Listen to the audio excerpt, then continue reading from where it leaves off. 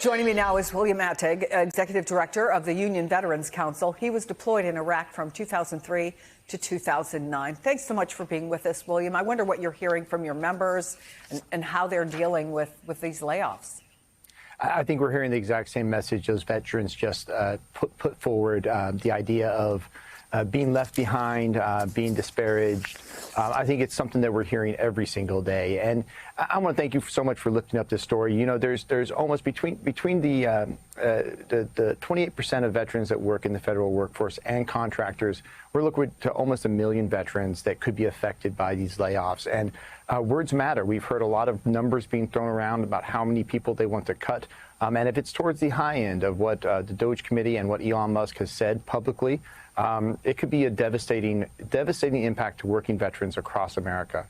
The Veterans Affairs Secretary also announced cuts to the VA, which, of course, provides care to more than 9 million veterans.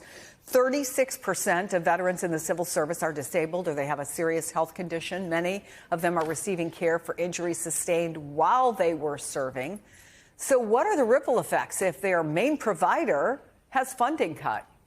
So for the last 40 years, especially since 2008, the global war on terror, veteran organizations like myself, the American Legion, VFW, have worked tirelessly to make sure that we have veterans preference and programs for veterans to find gainful employment.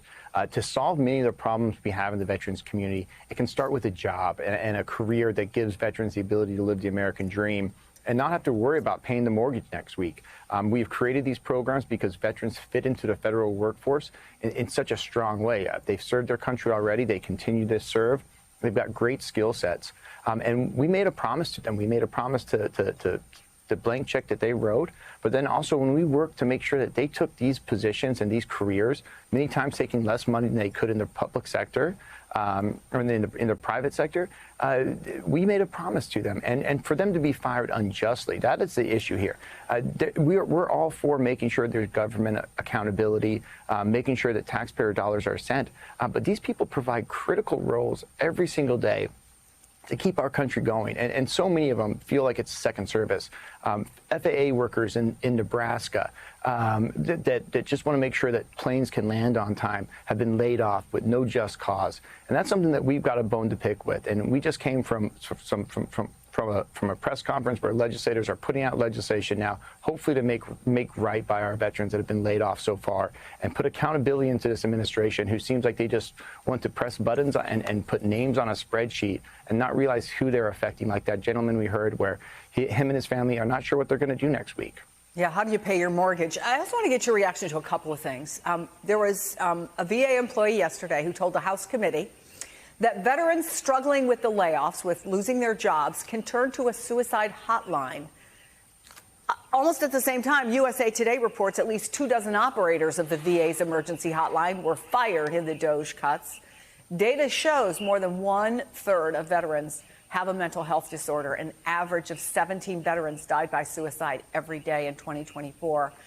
How essential is mental health support for veterans right now? And what do you make of the statement, well, if you're having a hard time getting fired, call the suicide hotline? I think it's pretty embarrassing that we're in a position where we have the President of the United States and an unelected billionaire who walks around the world that's paved in gold, while most of us veterans are just working class folks, are putting veterans in a position where they have to call the suicide hotline or be warned to call the suicide hotline or get help.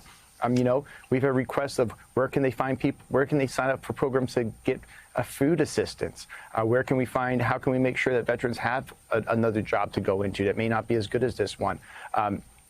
Financial stability is one of the key parts to our veterans community. There's an Army War College study called Financial Instability, a Suicide's Weapon of Choice in the Military Community.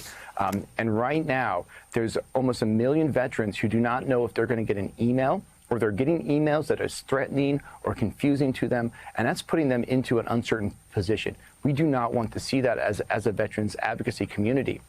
And I'm really wondering where most of the other veteran organizations are. I'm really proud of the VFW yesterday for coming out with a strong statement about this, but these are their members. This is almost 12% of the entire working population of veterans that are under attack right now and are being called names by Elon Musk.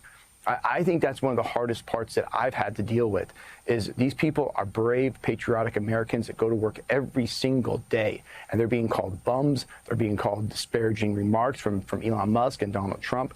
And you would think that every single one of these people were showing up to work, putting their feet on the desk, and not doing a darn thing. And right now, I know that's not true. They take care of our veterans. They take care of our country. They make sure flights land on time. And it is ridiculous that so many of them are scared that they're not going to be able to pay their mortgage next week.